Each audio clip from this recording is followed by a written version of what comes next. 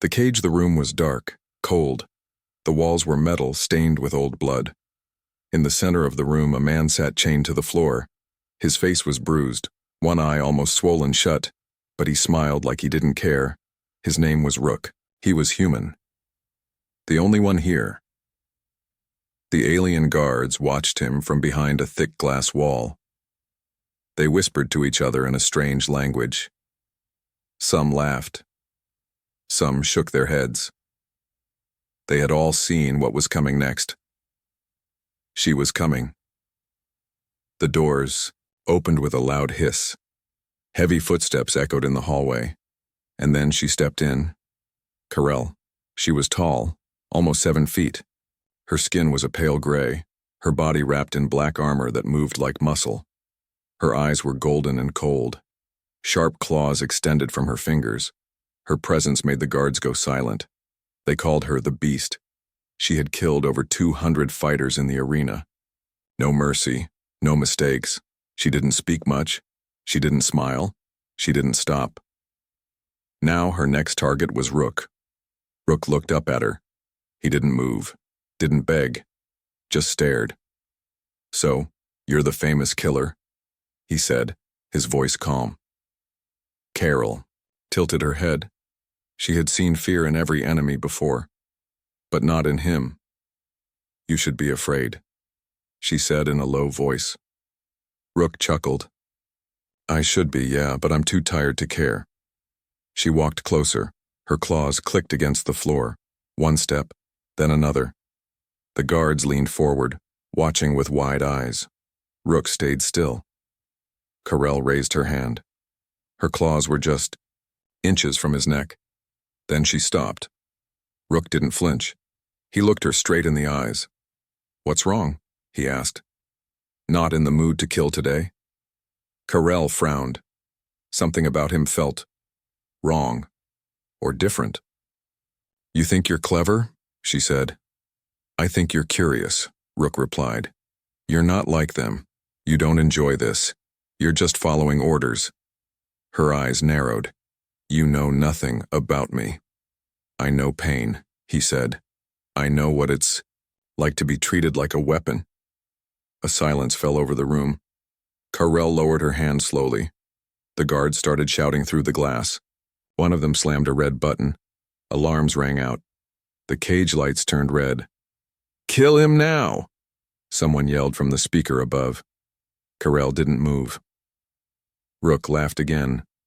"Looks like your bosses are getting nervous." She turned her head, looked at the camera, then back at Rook. "Why do you smile?" she asked. "You are weak. You are broken. And yet you laugh." Rook shrugged. "Because they hate it. Because I'm still me, no matter what they do. That's something they can't break." Carell stepped back, confused. For the first time in her life, she didn't know what to do. She was trained to kill, not to feel. But now, there was something strange in her chest. A beat. A warmth. "Are you trying to play with my mind?" she asked. "No," Rook said softly. "I'm trying to show you that you have one." She turned away quickly, as if angry, but her claws didn't strike. Her heart was racing, and she didn't understand why. Outside the cage, guards were preparing to open the door and take her out by force. Carell looked at them, then back at Rook. He was still smiling. "You're insane," she said. "Maybe," he replied, "but at least I'm free, even in here." The alarm stopped suddenly. The lights turned white again. The voice on the speaker returned. "Enough. Take her back to her cell. The human will remain for further testing." Carell looked at Rook one last time. Her eyes weren't as cold now. Something inside her had changed. Just a little. She turned and walked away. But just before the door closed, she paused.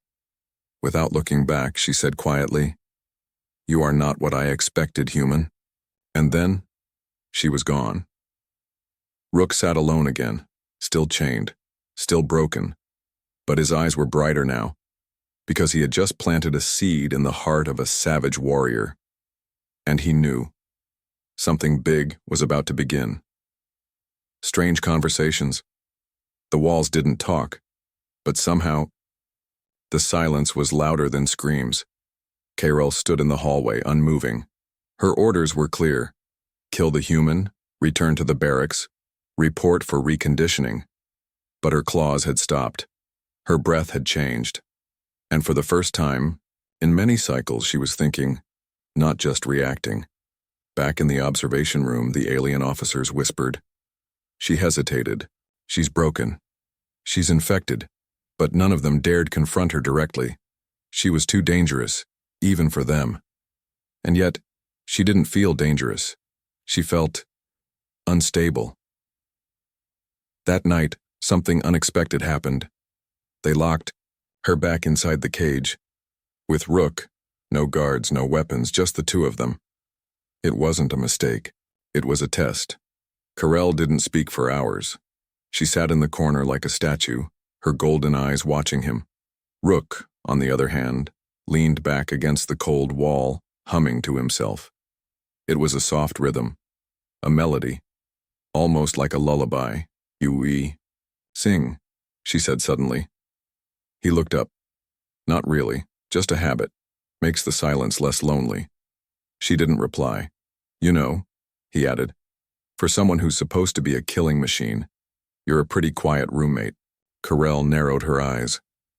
"I am not your companion." "I didn't say friend," Rook smirked. "Roommate sounds less threatening." He expected her to growl or hit him. Instead, she remained still. "You're not afraid of death?" she said. "Nope," he answered. "You're not strong. You bleed easily. You have no claws, no exoskin." "Thanks for noticing," he replied. "But humans have something else." She raised an eyebrow. "What?" "Stubbornness," he said, "and a very annoying sense of humor." Carol tilted her head. She was trying to understand him. Truly trying. "I watched your files," she said after a pause. "You led the last defense of Sector 9. You should have escaped. But you stayed behind. Why?" "Because my team was still inside," Rook said, his tone shifting. "I wasn't going to leave them." Carell blinked slowly. "They all died." "Yeah," he said, looking down. "But that doesn't mean I did the wrong thing." A long silence followed. Then Rook looked at her. "What about you? Do you remember the first time you killed someone?" Carell didn't answer. "Not at first." Then she said quietly, "I was 8 cycles old. A blade was put in my hand. They told me the other child was weak, I was strong. Only one of us would leave the room alive." "And you believed them?" "I did not have a choice." Rook shook his head. "That's not strength. That's slavery, with a shiny badge." Carell didn't like the word slave. It made something twist in her chest. "You speak like you know pain," she said. Rook looked her dead in the eye. "I don't just know it. I live in it." He slowly pulled up his shirt, revealing the side of his ribs, scars, burn marks. "Not fresh, old, faded but deep. They thought pain would break me," he said. "But all it did was show me who I really was." Carell stared at the scars. They weren't battle wounds. They were punishments. "Torture," she said. "Reprogramming," he corrected with a dry smile. "Didn't work." Carell stood up, walked over. Slowly. Carefully. She didn't know why, but she wanted to see those marks again, wanted to understand. "Why do they fear you?" she asked. "You are just one man." "Because one man is all it takes to remind them they're not gods," Rook replied. Her heartbeat picked up again. She sat in front of him, closer this time, not as a threat, but as something else. Curiosity. "Do you hate me?" she asked. Rook looked surprised. "Do you want me to?" "I have killed many humans. I don't even remember their faces." He looked at her with a strange calm. "Then remember mine," he said. That sentence hit something deep inside her, something unfamiliar. She stood up fast, like the ground burned her, turned away. "I don't understand you," she said. "You're not supposed to," he replied. "You're supposed to think, that's the point." Suddenly the lights flickered, a low rumble came from above. Then a loud explosion shook the entire complex. Klaxons blared.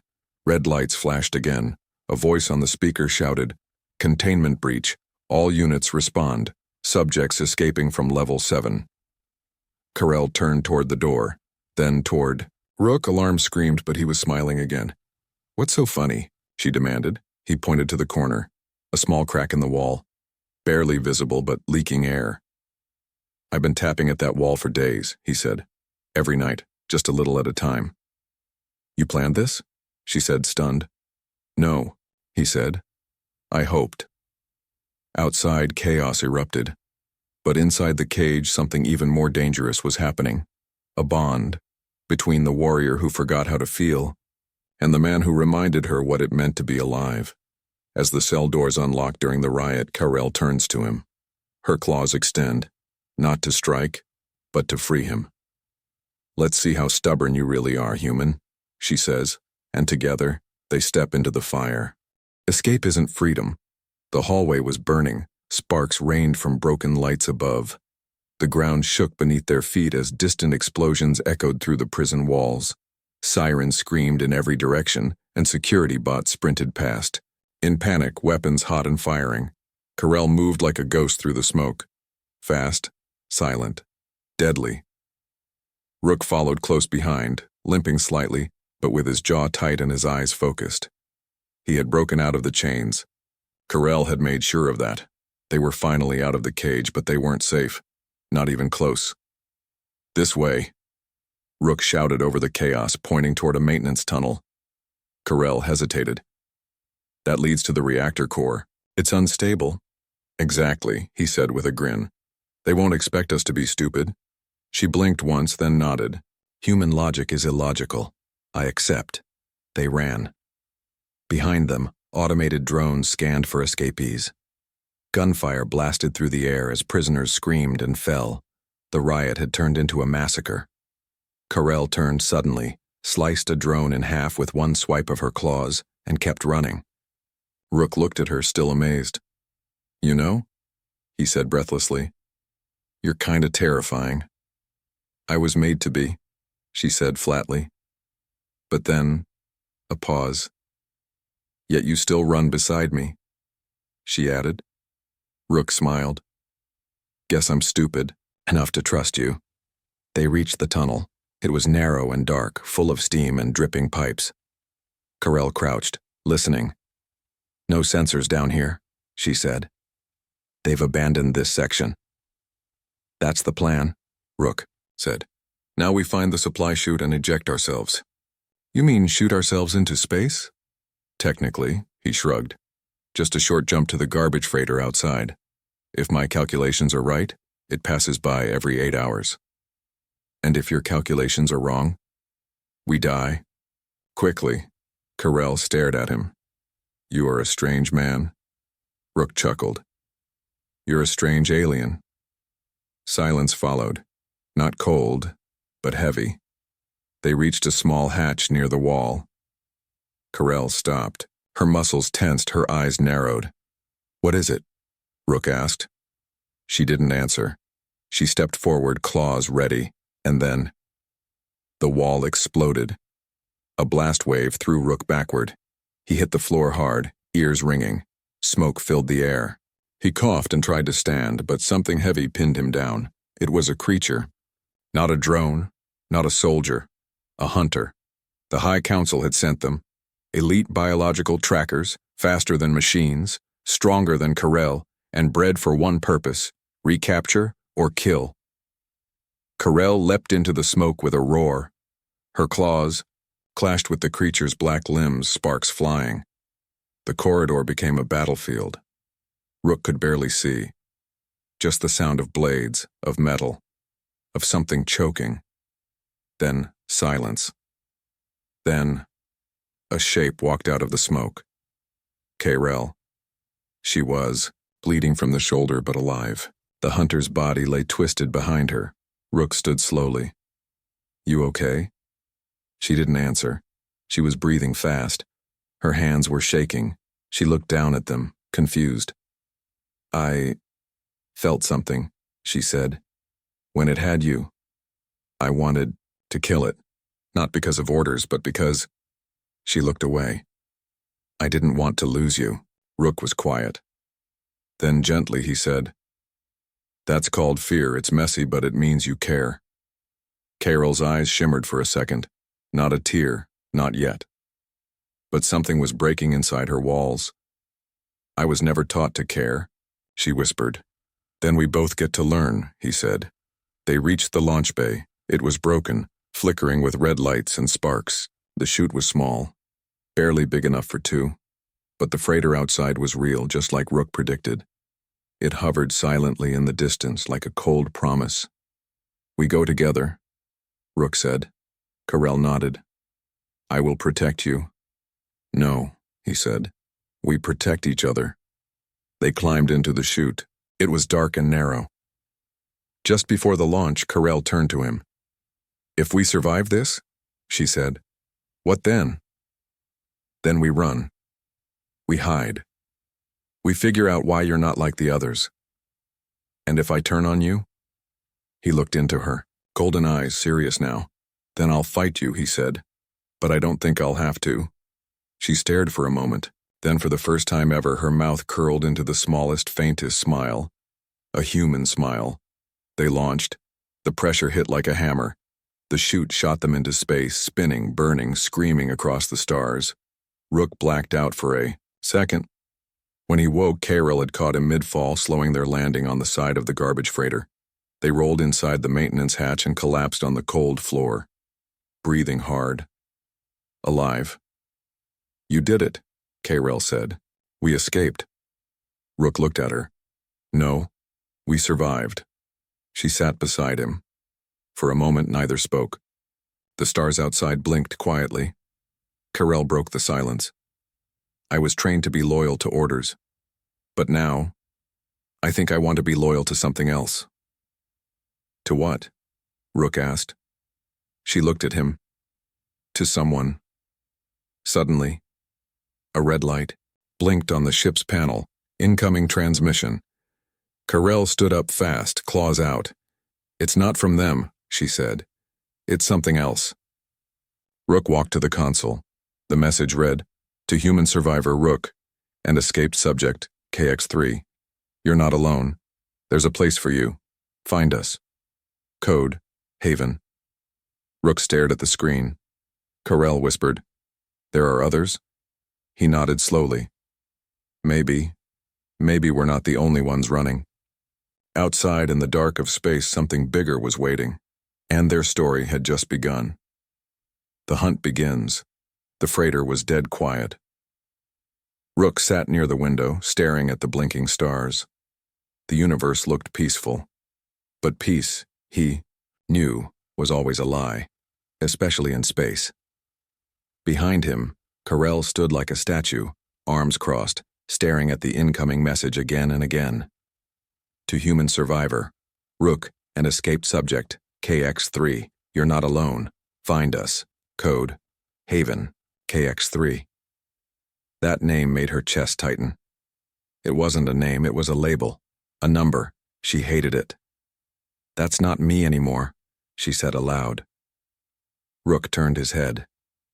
It's not, but someone still knows who you were. She walked over, her heavy footsteps echoing through the metal hallway. Her armor was still cracked from the last fight. Dried blood marked her shoulder. She didn't bother cleaning it. Who sent the message? She asked. I don't know, Rook replied. But they're watching. This wasn't random. They used a secure channel, buried in junk code. Military-grade encryption. Carell frowned. They know who we are? They know where we are? Rook nodded. Which means someone else might too. The hunter ship came without warning. 1 hour later, the freighter shook violently. Rook fell from his seat. Carell grabbed the wall for balance. Warning lights screamed, incoming vessel, no signal, no response, no mercy. It's them, Carell said, her voice cold. My kind. No, Rook said, staring at the screen. Worse. He zoomed in. The ship was not a war vessel. It was sleek, black, silent. No weapons visible, no heat signature. But it moved faster than anything Carell had ever seen, and etched into the hull was the mark of the Primarchs, the secret science caste who had created her kind. Her creators. They've sent the harvesters, she whispered. Rook looked confused. What's a harvester? Carell didn't answer right away. Her hands trembled. They don't bring you back, she said softly. They erase you. The freighter was no longer safe. Rook and Carell bolted for the lower decks. They moved fast, down into the waste tunnels, past old cargo, broken droids, forgotten tech. Each footstep was a countdown, each second tighter than the last. Escape pods? Rook asked. Too slow, Carell said. They'll track us before launch. So what do we do? Carell stopped suddenly. Her golden eyes locked onto something in the wall. A sealed compartment with old armor suits, emergency tech, and a glider drone. She pulled the hatch open. We fly blind, she said. Rook raised an eyebrow. Blind into what? She looked at him. Into whatever's not here. They escaped. Barely. The glider drone launched into space seconds before the harvester ship pierced the freighter with a black beam, turning it to dust in seconds. From a distance, it looked quiet, almost surgical. But inside the glider, Carell and Rook were shaken, sweating, hearts pounding. They'd almost died. Again. You okay? Rook asked, looking at her pale face. Carell didn't answer. She stared into the black. They erased the freighter, she said. No message, no survivors, no proof we ever existed. That's the idea, Rook muttered. They don't want anyone to know you broke free? She looked at him. Or that I'm changing.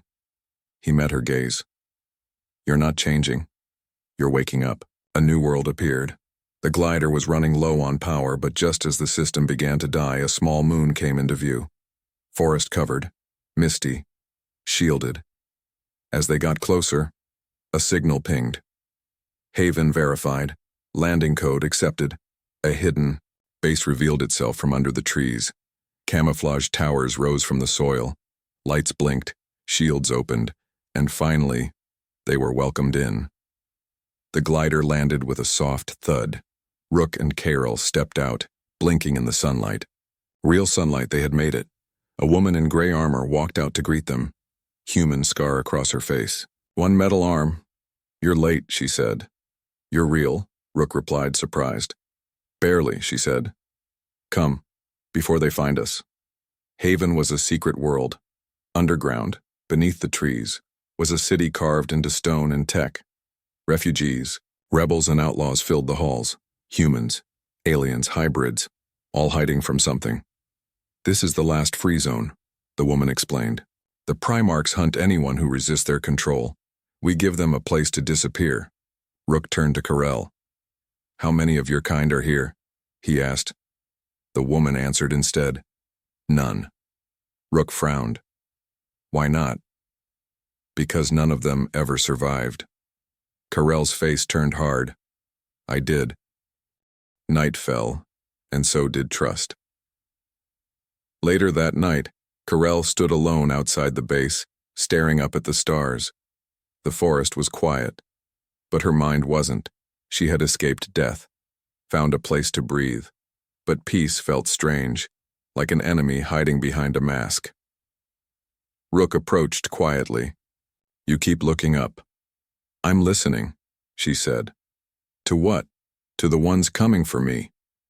Rook sat beside her on a fallen tree. You think they'll find us? They always do. He looked at her, serious. Then we fight. She turned, looked at him for a long time, and then she leaned closer. You don't owe me anything, she said. I'm still dangerous. I know, he said. But so am I. They didn't kiss. Not yet. But they sat there, shoulder to shoulder as two broken weapons, finally choosing something different. Back inside the Haven base, The scarred woman entered a locked room. Monitors lined the walls. One screen showed Karel's face, another showed Rook. She tapped a button. "Project Echo is alive," she said into the mic. "Subject KX-3 has bonded. Humanity is influencing her. Faster than expected." A voice answered through the static. "Good, let them believe they are safe." The screen went dark, far above the forest moon. 3 harvester ships waited, silent in orbit. The hunt had never stopped. The truth of her blood, Karel stared into the mirror, but the face looking back didn't feel like hers. She had been in Haven for 7 days. 7 days of not fighting. Not killing, not running, just thinking. And that was far more dangerous than war. Rook slept in the other room. He trusted this place. He trusted the people. But Karel felt something strange in the walls, like the silence here wasn't peace, but a trap. Her fingers touched the scar on her neck. One of the first cuts they ever gave her. A mark. A control point. Her creators had called it a reset port.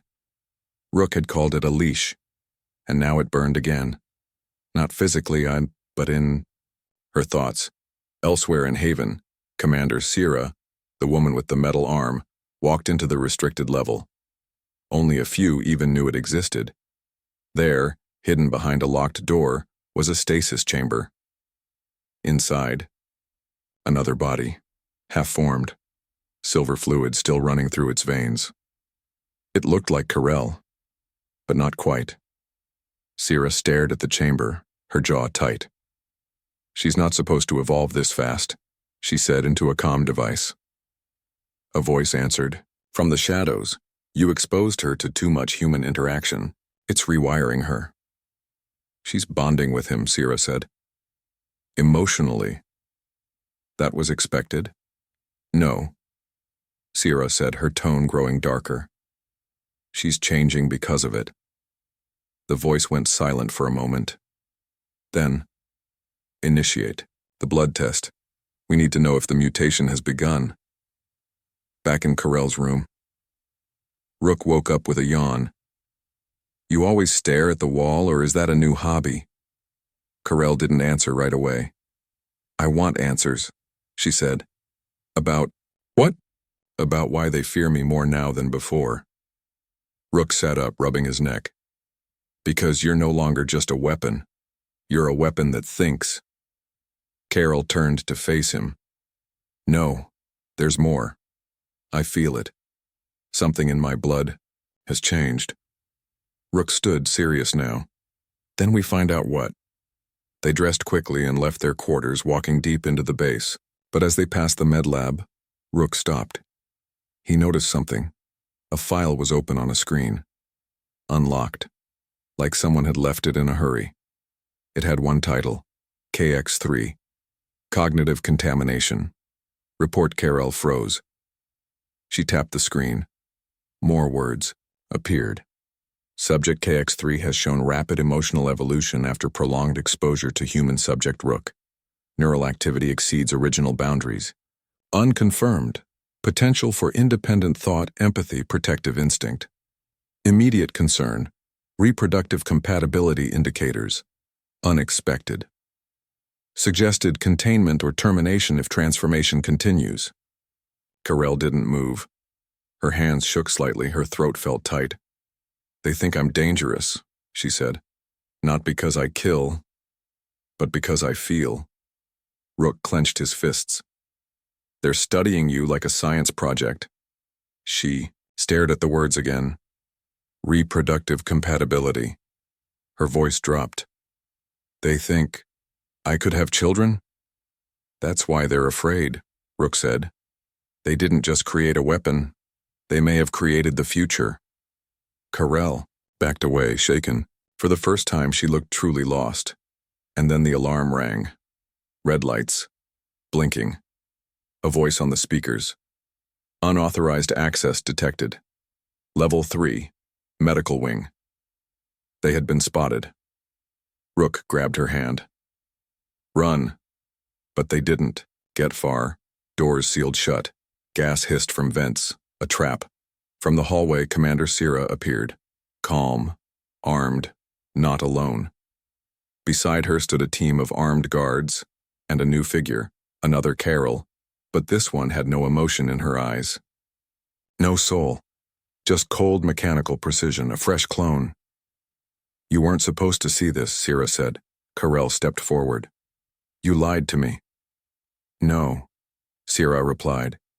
We protected you from the truth. You were never one of a kind. You're just the one that broke protocol. Rook moved between them. She's not property, not anymore. Sierra sighed. That's exactly the problem. You made her believe that. The clone beside Sierra activated an energy blade. This one will replace you, Sierra said to Carell. She's pure. No feelings, no flaws. Carell looked at the clone, then at Rook. Then something inside her snapped. The fight was brutal. Carell launched forward. Her claws met the clone's blade in midair. Sparks flew. The two versions of the same being collided like titans.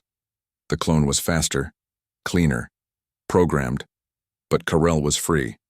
She fought with rage, with fear, with heart. That was something no lab could replicate.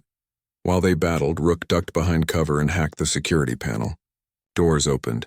Vent systems reversed. He shouted, Carell now! Carell slammed the clone into the wall, twisted its arm back, and drove her claws through its chest. It fell, and for a moment, everything went quiet. Sierra raised her weapon, but Rook was faster. He shot the control panel behind her and causing a surge. The blast threw Sierra backward unconscious. Carell walked over the clone's body. Her eyes were wet. Just a little. She was me, she whispered. But not me. Rook walked beside her. No, you're not a copy. You're the original that became real. That's what scares them. She looked at her hand, now covered in silver blood. The same blood in her veins. What am I, Rook? He reached out, touched her hand, gently. You're not a mistake. You're the future. As they escape into the deeper jungle outside the Haven base, a distant sound fills the sky. Ships approaching, but not harvesters. Human ships, armed, branded, with Earth defense markings. Carell and Rook stop, hidden in the trees. They followed the transmission, Rook whispered. They found Haven. Carell looked back at the hidden base, and then at Rook. If they see me, they'll either kill you, he said, or try to use you. So, what do we do? He looked into her eyes. We stop running. They stood together in the dark forest, watching two powerful enemies collide. The humans who created her, and the humans who now feared her. And between them all, a choice. Rebellion of two. The forest trembled with the sound of warships. Rook and Carell crouched behind a ridge hidden beneath the thick canopy. In the sky above, human ships pierced the clouds, dropping troops and drones. Earth's military had arrived, not to rescue Haven but to control it. This isn't a rescue, Carell whispered. No, Rook replied, gripping his weapon tightly. It's a takeover. They watched as Earth soldiers poured into the jungle, scanning everything, locking down the rebel sanctuary that had hidden so many. Haven was now a target, not a refuge. Carell's claws flexed at her sides. Rook saw the tension in her body. They'll come for you, he said. Same as the others. Carell nodded. And if I run, they'll keep chasing. Rook met her eyes. So we don't run. Back inside Haven, Commander Sierra, bruised but alive, was dragged out by Earth Marines. She didn't resist.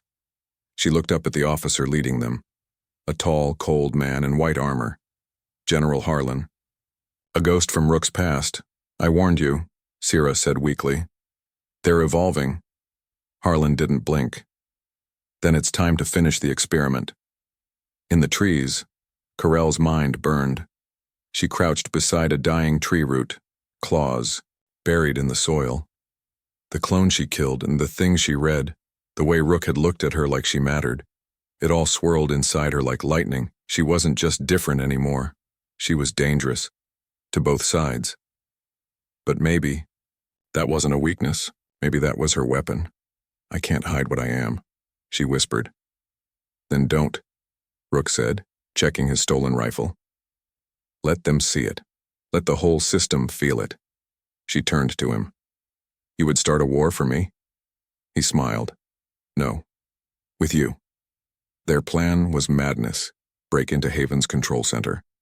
Broadcast the truth about Carell to every comm station in orbit. Show the universe that she wasn't a weapon, but something beyond control. A living being with choice.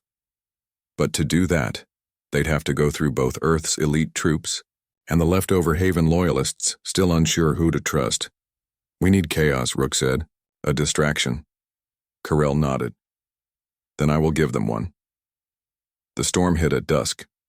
Carell didn't sneak in. She walked. Through the main gates, through the patrol lines, head held high, eyes burning with gold fire. The soldiers froze. Subject, KX-3, someone shouted. But she was already moving. Blades out. Fast and merciless. Not killing. Just striking. Disarming. Sending a message. You don't own me anymore. Alarms rang. Troops scattered. Confusion spread like wildfire. Meanwhile, Rook slipped into the central tower, hacking into the comm system. His fingers flew across the panel. Come on, come on. Finally, the screen blinked green. Broadcast activated. He spoke. This is Rook. Human, survivor, soldier, traitor to some of you, and I don't care. He looked into the camera. There's a being down here you've been told to fear. An alien weapon, a mistake, a threat. But she's none of those things. Pause. She is real. She thinks, she chooses, she protects. And she is more human than half the people holding these guns. He leaned closer. If you come for her, you come through me. The broadcast hit orbit. On the command ship above, General Harlan watched in silence. Shut it down, he ordered. But sir, do it. Too late. All across the system, screens lit up with Rook's face, with footage of Carell walking through fire, sparing the very humans who hunted her, of her saving injured soldiers who had aimed weapons at her seconds before. The truth wasn't just out, it was alive. But truth has a price. Back in the tower, Rook finished the upload. Just as a blast shattered the wall behind him, he hit the ground hard. Smoke filled the room. Harlan himself stepped in. Gun raised. Always were a stubborn bastard, the general said. Rook coughed, bleeding. Takes one to know one. Harlan looked down at him. You bonded with it, with her. You really think she cares about you? I know she does, Rook said. That's the part you'll never understand. Harlan aimed his weapon, but the shot never came, because Carell dropped from above like a shadow, slamming into Harlan with enough force to crack metal. They crashed through the floor, falling into the courtyard below. The final battle began. Carell and Harlan fought under the blood-red sky. He was fast, enhanced, a veteran killer, but she was something else. She dodged, twisted, roared. Her claws cut through steel. Her eyes glowed with fury and something deeper. Purpose. You were built in our image, Harlan spat, bleeding. No, she said. I was built in your shadow, but I choose my own shape now. She struck, hard, and he didn't get back up. Rook limped out of the tower. He saw Carell standing alone, surrounded by soldiers with guns raised. Earth troops, Haven rebels, drones, all frozen, waiting. What are your orders? One of the commanders asked his comm, but there was no reply. Because Earth Command had just watched a human general lose to what they called a weapon, and the weapon had shown mercy. Carell lowered her arms. I don't want to rule, she said. I don't want to destroy. She looked at Rook. I just want to live. The soldiers slowly lowered their weapons. No one spoke, because something powerful had happened here. Not just a rebellion, but a choice, and that choice had changed everything. Later that night, as Haven burned behind them, Carell and Rook stood on a cliff overlooking the valley. You know they'll come again, Rook said. They won't stop. Carell nodded. Then we make sure they have a reason to fear the right thing. He smiled. What's that? She turned to him, eyes glowing. Not me, she said. Us. But in the shadows beyond the cliff, Third Force watched, silent, waiting. Neither human nor alien, but something older. And it had just woken up. Home. Finally. The sky was dark, but not from nightfall.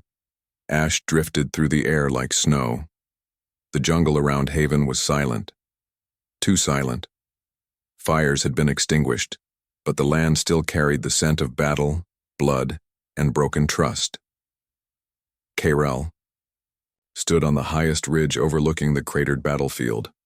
Her armor was torn, her claws chipped, but her posture was steady, proud. Rook walked up behind her, slower now. His side still bandaged, his ribs cracked from the final fight. With General Harlan. You don't have to keep watch, he said quietly. Carell didn't look at him. They're out there, I feel them. Who? He asked. She turned, her golden eyes glowing faintly in the wind. Something older than me. Older than you. Watching, waiting, judging. Far above the planet. In the cold silence of orbit, an object shifted, not a ship, not alive, but not dead either. A relic, a satellite that hadn't moved in over 1,000 years. Until now. It hummed, reactivated, opened its long-sealed eye. Inside, ancient code whispered to life.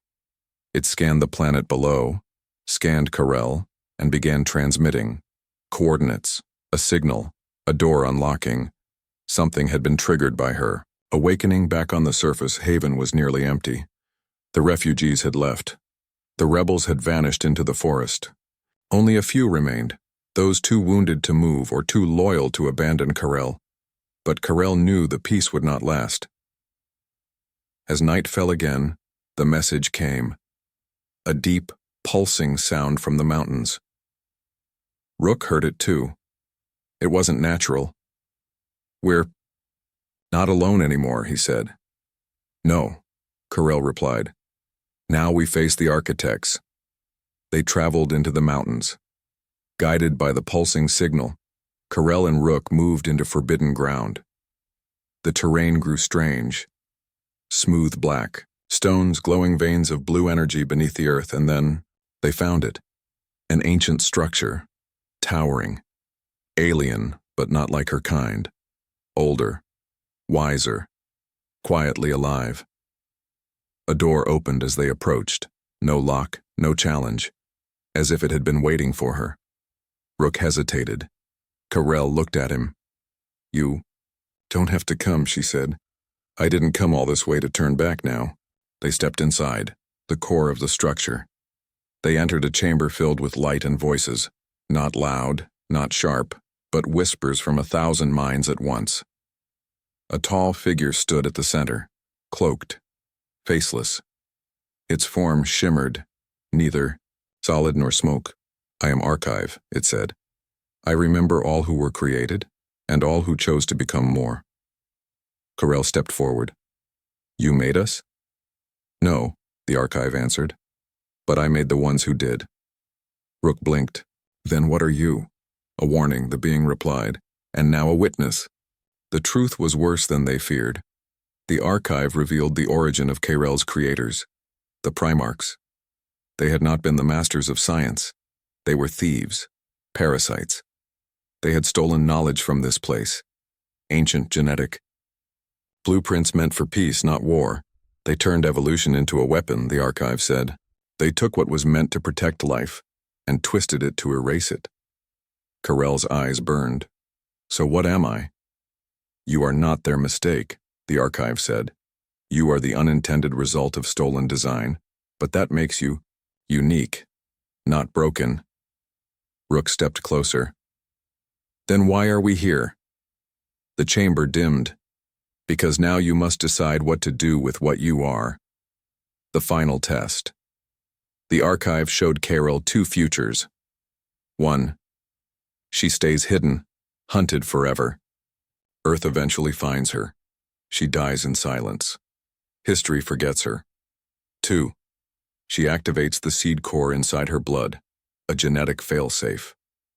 If awakened, it would shut down every other cloned being connected to her line, including weapons, labs, and even unfinished experiments.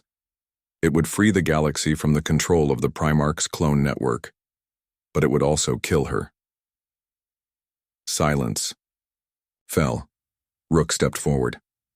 There has to be another way. There isn't, the archive said. Freedom has a price. Carell looked at Rook. For the first time, she looked afraid. I wanted to live, she said softly. With you. I wanted to know what a home felt like. You still can, Rook said, voice shaking.